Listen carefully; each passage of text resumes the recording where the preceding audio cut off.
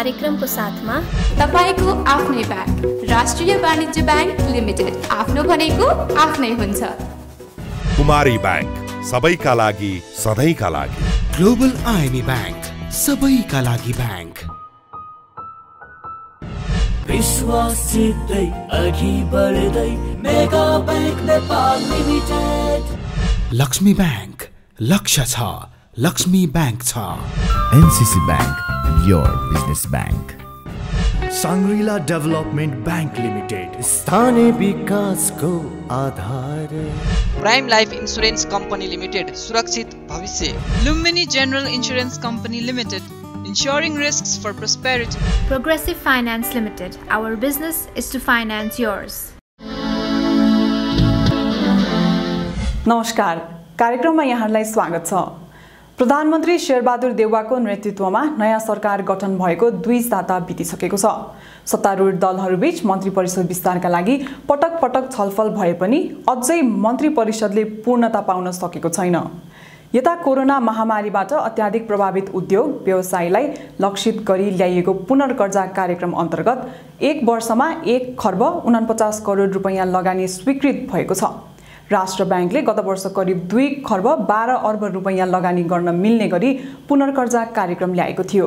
आजको कार्यक्रममा हामी अर्थ मन्त्रालयमा श्वेतपत्र लेखनको चटारो, उच्च व्यापार घाटा अर्थतन्त्रको सबैभन्दा टाउको दुखाइको विषय र बीमाको पहुँच बढाउन समितिको थप सक्रियता लगायत साताका थप आर्थिक गतिविधिहरू लिएर उपस्थित भएका छौँ।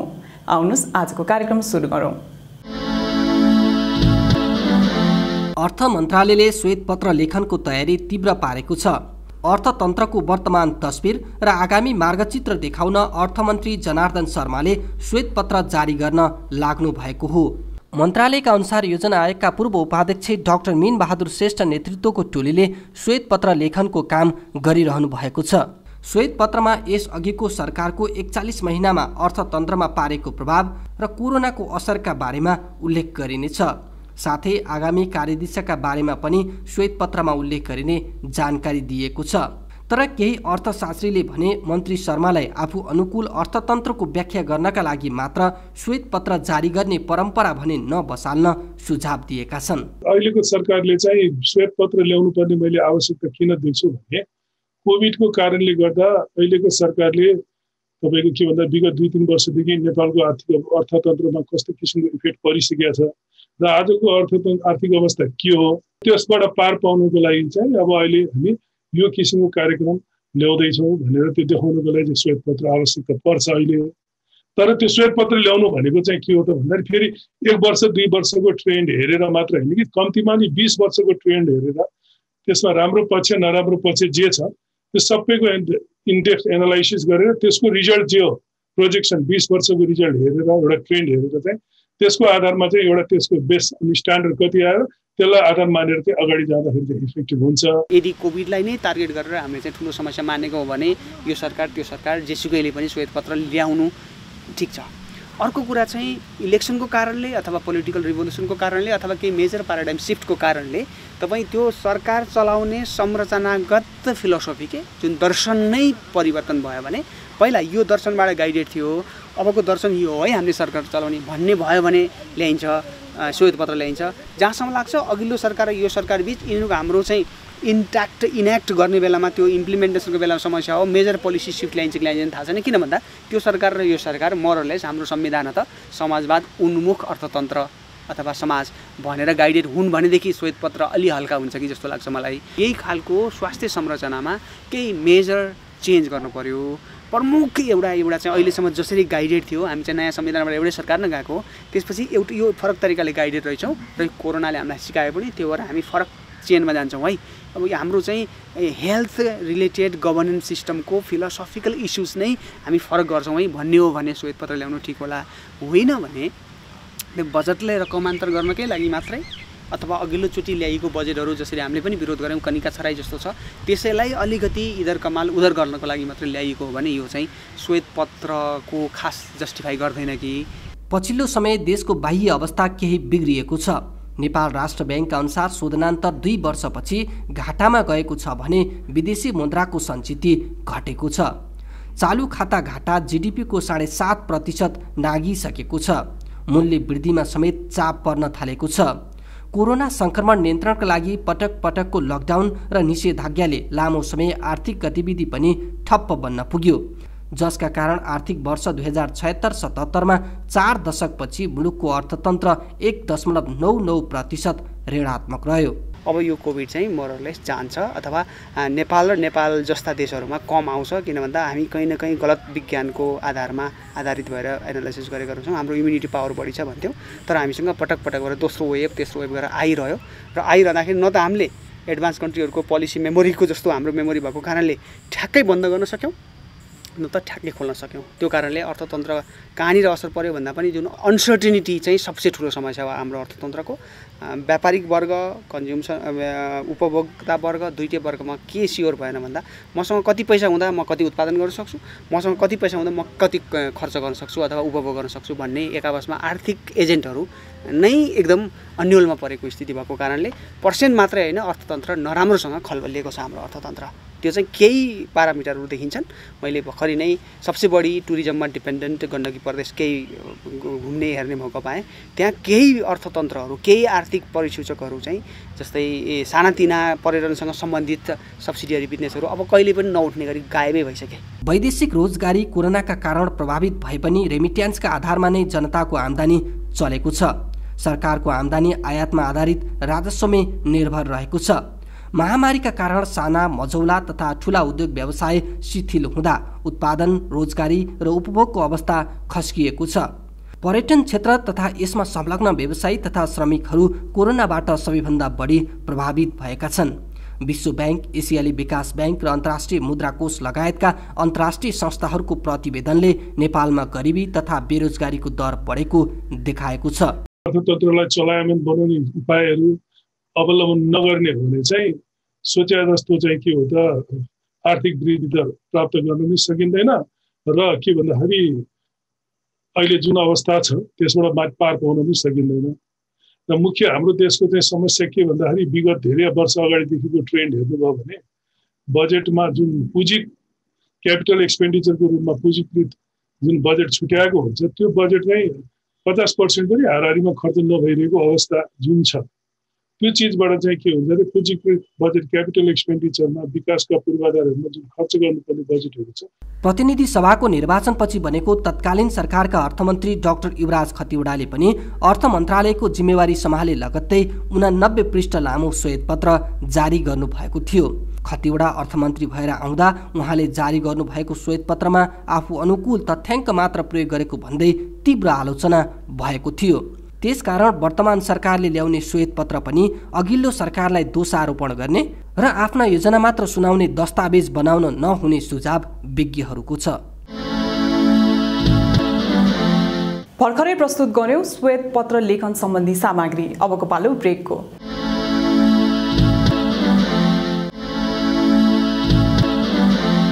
निर्माण सुरु भएको 6 महिनामा नागढुङ्गा सुरुङ मार्गको 16% भौतिक प्रगति भएको छ। 20 अर्ब 60 करोड रुपैयाँ लागतको आयोजना सन् 2023 को अप्रिलभित्र सक्ने लक्ष्य छ। यस्तै जनरल सेल्स एजेन्ट छनौट भएसँगै नेपाल वायु सेवा निगमले साउदी अरबमा नियमित उडान गर्ने भएको छ। निगमले आगामी दशैं अघि नै साउदी उडान सुरु गर्ने गरी तयारी थालेको छ। थप आर्थिक सामग्री सहितको अबको प्रस्तुति बिजनेस राउन्डअप। नेपाल उद्योग परिसङ्घका अध्यक्ष विष्णु कुमार अग्रवालले सरकार र निजी क्षेत्र बीचको सहकार्यलाई थप बढाउनु पर्नेमा जोड दिनुभएको छ। अर्थतन्त्रको दिगो विकासका लागि सरकार र निजी क्षेत्रको छुट्टा छुट्टै पहलले सम्भव नहुने भन्दै उहाँले यस्तो बताउनु भएको हो। गभर्मेन्ट र प्राइभेट सेक्टर मिलेर काम गर्नुपर्छ, त्यसमा त कुनै शङ्कै छैन। अरू मिलेर काम गरेमा मात्रै हामीहरूको इकोनोमीले जुन तरिकाको ग्रोथ रेट एक्सपेक्ट गरिराखेको छौँ त्यो पाउन सकिन्छ। राजस्वमा पनि 70 देखि 80% जुन कन्ट्रिब्युसन भइराखेको छ त्यो उद्योगी र व्यवसायीहरूकै भइराखेको छ। सो त्यो कन्ट्रिब्युसन जब यति हाई छ सो मतलब उनीहरूको भूमिका कमजोर त हुनै सक्दैन। प्राइभेट सेक्टर निजी क्षेत्रको भूमिका कमजोर त हुनै सक्दैन जब राजस्वमा उहाँको यति ठुलो योगदान छ। अब यसलाई कसरी अझै सशक्त गर्न सकिन्छ, निजी क्षेत्रलाई कसरी उनीहरूको फाउन्डेसन अझै बलियो बनाउन सकिन्छ, कसरी निजी क्षेत्रलाई हरेक फिल्डमा उनीहरूको सम्मिलित गर्न सकिन्छ, त्यसैबाट इकोनोमीको ग्रोथ पनि सम्भव छ। यस्तै अध्यक्ष अग्रवालले उद्योगमुखी अर्थतन्त्रको विकास बिना समृद्धि सम्भव नरहेको बताउनुभयो। परिसंघले ल्याएको मेक इन नेपाल अभियानले मुलुकमै उद्योग धन्दाको विकास गरी रोजगारी सिर्जनामा जोड दिएको भन्दै त्यसको सफल कार्यान्वयनमा पनि सरकारको साथ आवश्यक रहेको बताउनुभयो। उद्योगमुखी अर्थतन्त्रको विकास गर्न र त्यस्तो वातावरण क्रिएट गर्ने हामीहरूको सबभन्दा ठुलो उद्देश्य हामीहरूले लिएको छौँ। यसैको उद्देश्यको पूर्तिको लागि हामीहरूले मेक इन नेपाल अभियान पनि लिएर आएको छौँ। यो अभियान अन्तर्गत हामीहरूका बेसिकली दुईवटा पिलर छ।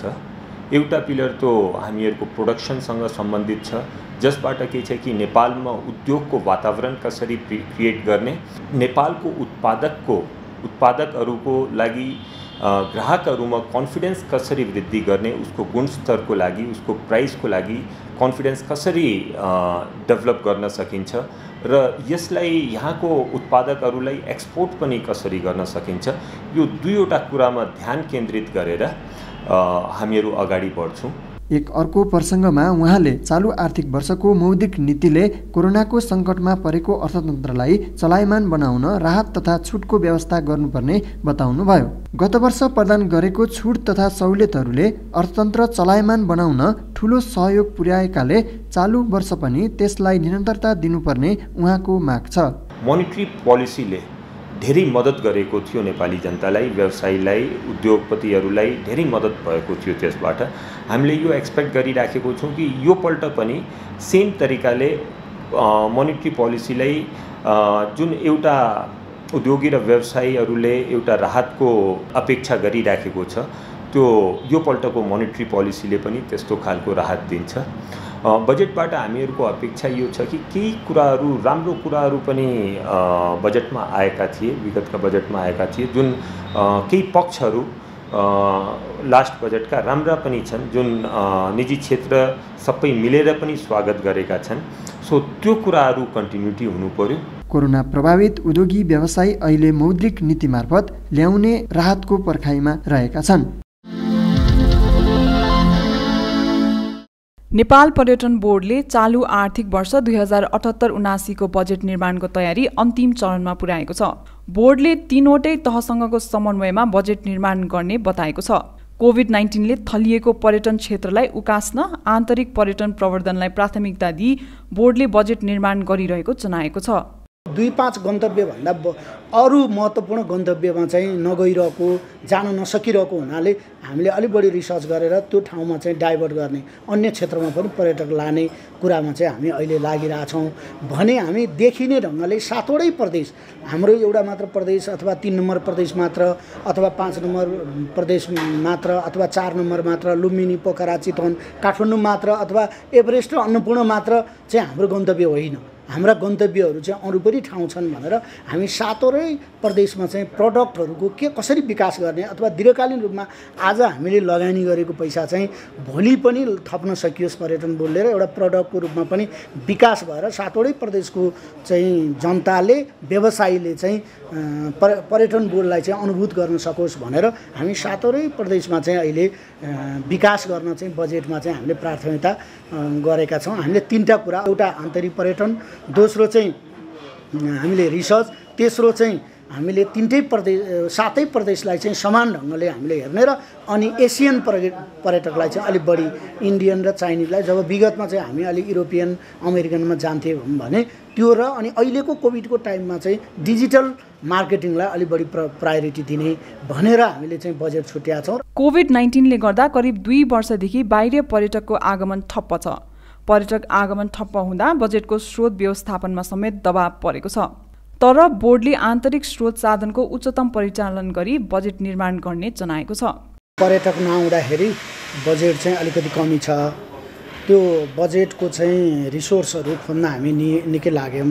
त्यो चाहिँ लोनहरू लिने, नेपाल सरकारसँग अनुदान लिने भन्ने ढङ्गले लाग्यौँ। तर सरकारबाट यो कुरा प्राप्त हुन सकेन। नसकिसकेपछि आफ्नै जुन रिसोर्स छ, TSF, टिम्स लगायतका रिसोर्सबाट विगतमा उठ्नुपर्ने र सञ्चित कोषबाट हुने कुरालाई चाहिँ खोजेर अब हामी साउन 25 गतेभित्र चाहिँ बजेट निर्माण गरिसक्ने र त्यसलाई कार्य समितिमा लगेर पास गर्ने भनेर हामी लागेका छौँ र त्यसको अन्तिम चरणमा अब 1 हप्ताभित्र चाहिँ हामी लेख्न सुरु गरिरहेछौँ। बजेट चाहिँ 1 हप्ताभित्र चाहिँ हामी सम्पूर्ण बजेट चाहिँ हामी प्रमाणित गरेर अगाडि बढाउने योजनामा छौँ। सन् 2019 मा 11,97,191 पर्यटक नेपाल आएकोमा सन् 2020 मा घटेर 2,30,085 पर्यटक मात्रै नेपाल आएका थिए। आइतबार नेप्से परिसूचक 1.25 अङ्क वृद्धि भएर बन्द भएको छ। निरन्तर उकालो लागेर उच्च बिन्दु बनाउन सफल भएको शेयर बजार गत कारोबार दिन 15 अङ्क घटेर बन्द भएको थियो। आज गत कारोबारको तुलनामा 0.04%ले वृद्धि भएर परिसूचक 3081.05 बिन्दुमा रोकिएको छ। 226 वटा कम्पनीको 3,03,47,000 किता शेयर 12 अर्ब 10 करोड 38 लाख रुपैयाँमा खरिद बिक्री भएको छ। आज कारोबारमा आएका 13 समूहमध्ये 7 वटा समूहको परिसूचक घटेको छ भने बाँकी 6 वटा समूहको परिसूचक वृद्धि भएको छ। हामीसँग व्यापार घाटा सम्बन्धी सामग्री बाँकी नै छ, त्यसअघि पुनः छोटो ब्रेक।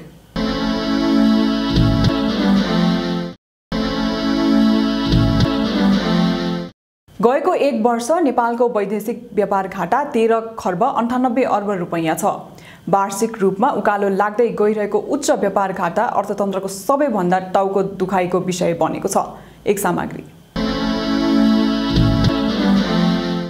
नेपालको वैदेशिक व्यापार घाटा मुलुकको वार्षिक बजेटको हाराहारीमा पुगेको छ। भन्सार विभागको तथ्याङ्क अनुसार गत वर्ष नेपालको कुल वैदेशिक व्यापार 16 खर्ब 80 अर्बको हुँदा व्यापार घाटा नै 13 खर्ब 98 अर्ब रुपैयाँ छ, जुन गत वर्षको संशोधित बजेटभन्दा बढी हो। यसरी वार्षिक रूपमा व्यापार घाटा चुलिँदै जानुले वस्तु तथा सेवामा नेपालको परनिर्भरता बढेको पुष्टि गर्छ। कृषि भन्ने कुरा हामी सधैँभरि सबैजनाले सधैँ रटान लगाएको नै अब सुन्छौँ, तर अब हुन चाहिँ के सकिरहेको छैन। किनभने यसपालिको हाम्रो आयातको त्यो फिगरहरू हेर्दाखेरि के देख्यो भनेदेखि चाहिँ टोटल कृषिजन्य वस्तुहरू अब जुन यो एचएस क्लासिफिकेसनमा च्याप्टर 1 देखि 24 सम्मले लगभग एग्रिकल्चरल वस्तुहरूलाई बुझाउँछ, त्यसको टोटललाई हेर्दाखेरि झन्डै 3 खर्ब 25 अर्बको आयात त हाम्रो कृषिजन्य वस्तु भएको रहेछ है। अब त्यो मध्ये पनि हामीले हेर्ने भनौँ न, जस्तो अन्न, जसमा चाहिँ अब धान चामल गहुँ होइन, अन्न भयो, तरकारी फलफुल मात्रै हेर्ने हो भने पनि अब त कस्तो परिस्थिति आइसक्यो भने हाम्रो जुन जम्मा टोटल जुन हाम्रो निर्यात छ त्यसले त हामीलाई त्यो डेली रूपमा हामीले जुन खाने अन्न तरकारी फलफुलको आयातलाई पनि नधान्ने हो कि भन्ने स्थितिमा हामी पुगिसकेका छौँ अहिले। त्यसले गर्दाखेरि अब यो विषय भनेको एकदमै चिन्ताजनक विषय हो। अब यसमा पक्कै पनि केही न केही अब चाहिँ यो सोच्नुपर्ने हुन्छ, किनभनेदेखि यही तरिकाले गयो भनेदेखि चाहिँ हाम्रो अर्थतन्त्र चाहिँ वास्तवमा अलिकति क्राइसिसमै हो कि भन्ने जस्तो देखिन्छ। गत वर्ष भएको नेपालको निर्यात पनि इतिहासकै उच्च हो। सो अवधिमा नेपालले 1 खर्ब 41 अर्ब रुपैयाँ बराबरको निर्यात गरेको छ। निकासी भएका प्रमुख वस्तुहरूमा भटमासको तेल, ऊनी कार्पेट, अलैँची, चिया लगायत रहेका छन्। यद्यपि निर्यातको तुलनामा आयात 10औं गुणा बढी रहेको तथ्याङ्कले देखाउँछ। गत वर्ष आयात उच्च हुनुको प्रमुख कारण कोरोना संक्रमण नियन्त्रणका लागि पटक पटकको लकडाउनले उद्योग सञ्चालनमा उत्पन्न समस्या रहेको व्यवसायको तर्क छ। हामीले हाम्रो उत्पादन चाहिँ कम भइसकेपछि आयात त गर्नै पर्यो, मान्छेले कन्जम्सन त गर्छ नै। त्यो भएको हुनाले बरु आयात प्रतिस्थापन अथवा हामी निर्यात प्रवर्धन भन्छौँ अथवा आन्तरिक उत्पादनलाई बढाउने बाहेक अर्को अप्सन छैन। यस लकडाउनले गर्दाखेरि धेरै उद्योगहरू बन्द पनि भए। उद्योग बन्द भएको हुनाले त्यो प्रोडक्टलाई चाहिँ बजारमा सप्लाई गर्नको लागि सायद त्यो आयात त्यसरी नै बढेको होला र यो वर्ष पनि त्यो फिगर चाहिँ टेन्टेटिभली त्यस्तै नै आउँछ। तर अब यसको नर्मल कन्डिसनमा चाहिँ हामीले आयातलाई घटाउँदै लिएर जाने र आन्तरिक उत्पादन बढाउनु बाहेक त्यसको विकल्प छैन। 1 वर्षको अवधिमा नेपालले सबैभन्दा बढी आइरन प्रोडक्ट, पेट्रोलियम पदार्थ, मसिनरी तथा पार्ट्स, यातायातका साधन, खाद्यान्न लगायत वस्तु आयात गरेको छ। हरेक सरकारले आयात घटाउने र निर्यात बढाउने उद्घोषण गरिरहे पनि अपेक्षित उपलब्धि हासिल हुन सकेको छैन। यो अवस्थामा व्यापार घाटा कम गर्न सरकारले अति आवश्यक बाहेकका विलासी वस्तुको आयातमा समेत कडाई गर्नुपर्ने जानकारहरू बताउँछन्। आयातको फिगरहरू हेर्दाखेरि अहिले हाम्रो आयातहरू कसरी बढिरहेको छ भनेर भन्दाखेरि चाहिँ पक्कै पनि पहिलादेखिकै कुरा हो। जस्तो हाम्रो अब यातायातका साधनहरू होइन, गाडीहरूको आयातहरू जुन रूपमा बढेको छ, पेट्रोलियम पदार्थ र एलपिजी ग्यासको आयातहरू जुन रूपमा बढेको छ, इभन सुनकै आयात पनि। अब सुन यति महँगो हुँदाखेरि पनि त्यो अत्यावश्यक होइन, विलासिताकै वस्तु हो होइन, तर पनि झन् 27 अर्ब 28 अर्बको सुन हाम्रो आयात भएको छ भनेपछि यस्ता खालका वस्तुहरूको आयातलाई चाहिँ हामीले डिस्करेज राज्यले गर्नुपर्छ नै। कोभिडको बीचमा पनि हाम्रो आयात यति धेरै चाहिँ बढ्दाखेरि चाहिँ नि कतै कतै यो समस्या चाहिँ कहाँनिर छ भन्ने कुराको पहिचान चाहिँ हामीले वास्तवमा गर्न सकेका छैनौँ। यो हाम्रो अनौपचारिक अर्थतन्त्रले पनि यसलाई चाहिँ यो टेवा दिइरहेको हो कि जस्तो लाग्छ मलाई एक प्रकारले हेर्दाखेरि चाहिँ।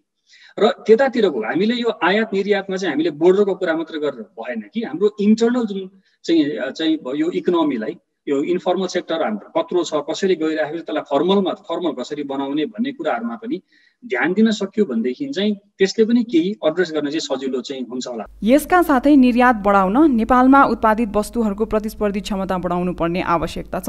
नेपाली वस्तुहरूको उत्पादन लागत नै उच्च हुने गरेकाले अन्तर्राष्ट्रिय बजारमा प्रतिस्पर्धी बन्न नसकेको व्यवसायी बताउँछन्। त्यसले गर्दा केही देशले अति कम विकसित मुलुकको रूपमा नेपाली वस्तुहरूको निर्यातमा दिएको शून्य भन्सार सुविधाको समेत राम्रोसँग उपयोग हुन सकेको छैन। त्यसलाई कम्पिटिटिभ पनि बनाउनु पर्यो, किनभने बाह्य वस्तुसँग हामीले प्रतिस्पर्धा गर्नुपर्छ र हाम्रो लागत साह्रै बढी छ। म पनि एउटा उद्योगी, हाम्रो उत्पादन खर्च लागत एकदमै धेरै छ। त्यो उत्पादन लागत सबभन्दा मेजर कस्ट भनेको एनर्जी कस्ट हो धेरै जसो इन्डस्ट्रीमा चाहिँ, ठुलो इन्डस्ट्रिजमा। अब हामी जलस्रोतको धनी देश भन्छौँ, अहिले त उत्पादन मोरलेस बढेकै छ पनि। औद्योगिक क्षेत्रमा 3 देखि 4 घण्टा लोड सेडिङ अघोषित खालको भइ नै रहेछ, एभ्रिडे प्रब्लम आइरहेछ। र आफ्नै अब इन्डस्ट्रियल एरियाजहरू डिफाइन्ड छैनन्। धेरै ठाउँमा चाहिँ औद्योगिक क्षेत्र स्थापनाका कुराहरू गरेका छ, तर अहिले त्यो कार्यान्वयनमा भएको छैन, भएका पनि पूर्ण रूपले सञ्चालन राम्रोसँग भएको छैनन्। त्यही भएर हाम्रो जमिनमा लागत बढी लाग्छ। अब एनर्जी कस्ट यतिकै बढी छ भनेपछि हामी कम्पिटिटिभ भएनौँ भने डेफिनेटली आयात त बढ्छ नि। आयात प्रतिस्थापन गर्ने भन्छौँ, तर हामीलाई कम्पिटिटिभ बनाउन चाहिँ राज्यले भूमिका निर्वाह गर्नुपर्छ जस्तो। अब हामीले त्यो सुविधाहरू पाएको भनेको एकदमै विकसित मुलुकहरूमा चाहिँ छ, जुन विकसित मुलुकहरूमा यो एसपीएस को स्ट्यान्डर्ड्सहरू एकदमै हाई छ। हामीले त्यो मिट गर्नुपर्ने एउटा ठुलो च्यालेन्ज छ होइन। त्यसले गर्दाखेरि पनि हामीले अहिलेसम्म वास्तवमा भारतमा हो हाम्रो ठुलो 2/3 भन्दा बढीको हाम्रो व्यापार भनेकै भारतसँग छ। त्यसको कारणले गर्दाखेरि चाहिँ हामीले ती बाहिरी मुलुकहरू जसले हामीलाई चाहिँ ती सुविधाहरू दिएका छन्, ती सुविधाहरूको हामीले अधिकतम प्रयोग गर्न सकेका छैनौँ। एकदमै कम्ती मात्र युरोपियन कन्ट्रीहरूमा हाम्रो जस्तो हस्तकलाका सामग्रीहरू जान्छन् होइन। तर जस्तो अमेरिकाले हामीलाई चाहिँ त्यो सुविधा जुन दिएको छ, ती वस्तुहरूमा हाम्रो कम्पिटिटिभ नै हामी छैनौँ। विभिन्न कारणहरू छन् होइन, त्यो नन ट्यारिफ चाहिँ जुन मेजर्सहरू छन् त्यो एउटा कारण होला, तर अन्य कारणले गर्दा पनि हामी त्यहाँ जान सकेको छैनौँ। आयात प्रतिस्थापन गर्न सकिने वस्तुको समेत आयात बढ्दा मुलुकको व्यापार घाटा चुलिएको छ, जुन अर्थतन्त्रका लागि चिन्ताको विषय हो। दर्शकवृन्द, यी थिए आजका प्रस्तुतिहरू। थप आर्थिक सामग्रीको लागि हाम्रो अफिसियल वेबसाइट www.arthakoartha.com मा लगइन गर्न सक्नुहुनेछ। हवस् त, आजको कार्यक्रमको निर्धारित समय सकिएको छ। म लगायत सम्पूर्ण युनिटलाई बिदा दिनुहोस्। नमस्कार। यस कार्यक्रमको साथमा तपाईको आफ्नै ब्याङ्क राष्ट्रिय वाणिज्य ब्याङ्क लिमिटेड, आफ्नो भनेको आफ्नै हुन्छ। कुमारी ब्याङ्क, सबैका लागि सधैँका लागि। ग्लोबल आइएमई ब्याङ्क, सबैका लागि ब्याङ्क। विश्वासितै अघि बढ्दै mega bank Nepal limited. Laxmi bank, लक्ष्य छ, लक्ष्मी ब्याङ्क छ। NCC bank, your business bank. Sangrila development bank limited, स्थानीय विकासको आधार। Prime life insurance company limited, सुरक्षित भविष्य। Lumbini general insurance company limited, ensuring risks for prosperity. Progressive Finance Limited, our business is to finance yours.